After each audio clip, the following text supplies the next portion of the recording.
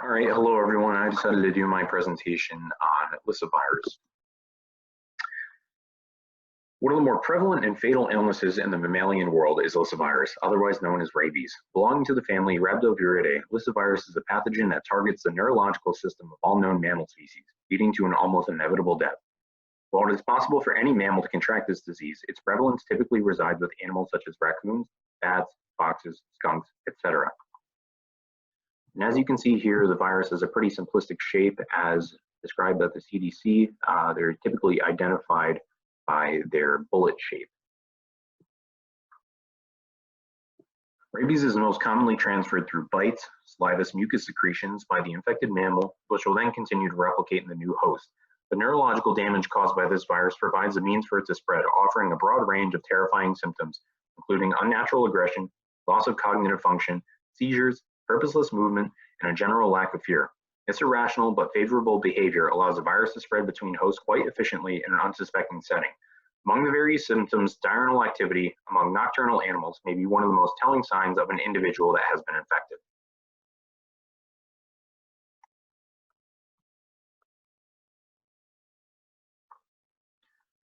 Humans, being mammals, are also capable of contracting this illness, but the mortality rate is fairly low due to the developed treatment plan. Individuals who have been bitten by a wild animal or a domesticated animal with abnormal behavior are advised to immediately seek medical attention for the sake of evaluation. Bite victims must answer certain questions pertaining to the aggressor and the time of the attack or encounter to determine the appropriate course of action. Those who may have been infected and have waited until the appearance of symptoms will more than likely perish as a result. Treatment of this illness is only effective prior to this point. Right here, I have a small slide containing some visual cues. As you can see here, this is a fox that has contracted rabies. I have this arrow pointing right here. Individuals who have contracted the virus experience seizures and foaming. As you can see right here, there is a slight amount of discolored spit forming at the edge of his mouth. His expression is kind of a mix of emotions, which kind of gives a little bit of insight to the cognitive deterioration that is occurring. You can see that his eyes and the way that his mouth is poised almost look a little bit aggressive, but his ears are still up. And of course, this animal, foxes, are typically nocturnal, but this picture was taken in broad daylight, indicating that something might just be wrong, but of course that's not a telltale sign.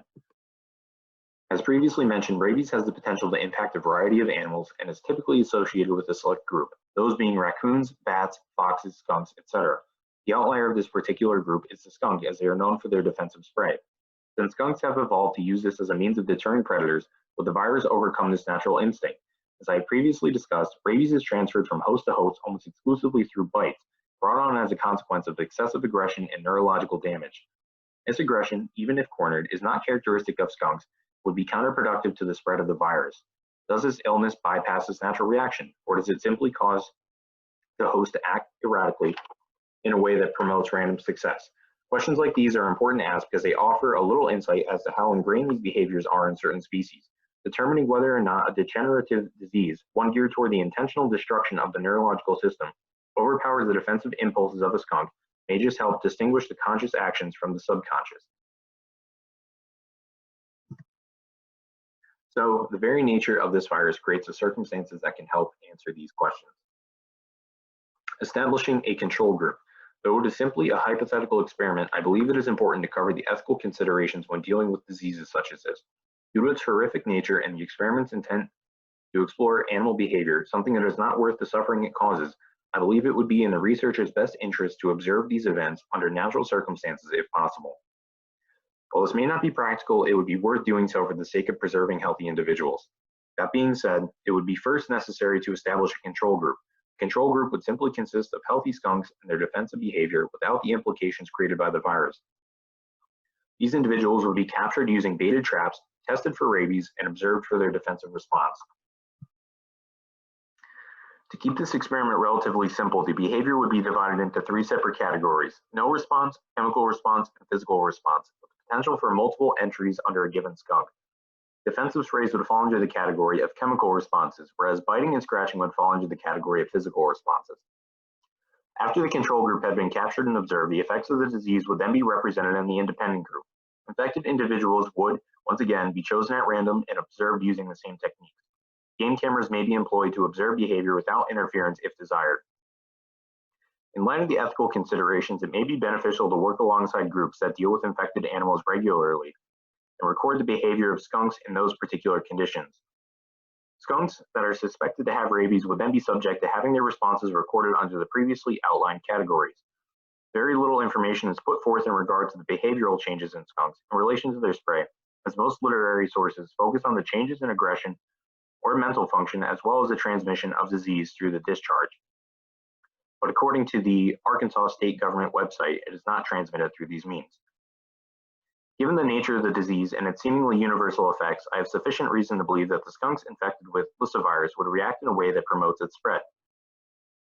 While it prompts a terrible onslaught of symptoms, I do not believe they are unintentional. Misguided aggression and painful circumstances push the infected to lash out in unnatural ways, creating a bridge between hosts.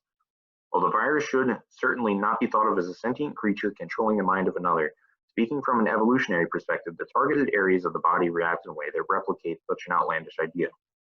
The elements that accompany the virus have established themselves through a means of evolutionary success, driving those with the illness to perpetuate its spread. That being said, the effects of the virus would more than likely evoke an aggressive response in infected skunks, rather than one of their typical chemical defense. If this were the observed outcome, this would indirectly point to skunk spraying as being a fully conscious effort, rather than one of animalistic impulses. While a comprehensive study on the normal cognitive functions of skunks would certainly be beneficial to understanding their natural behavior, an experiment such as this may offer a glimpse into the consciousness of these animals, how pain/mental deterioration alters their responses. That was my presentation, and here are my sources. Thank you all for listening, and have a good day.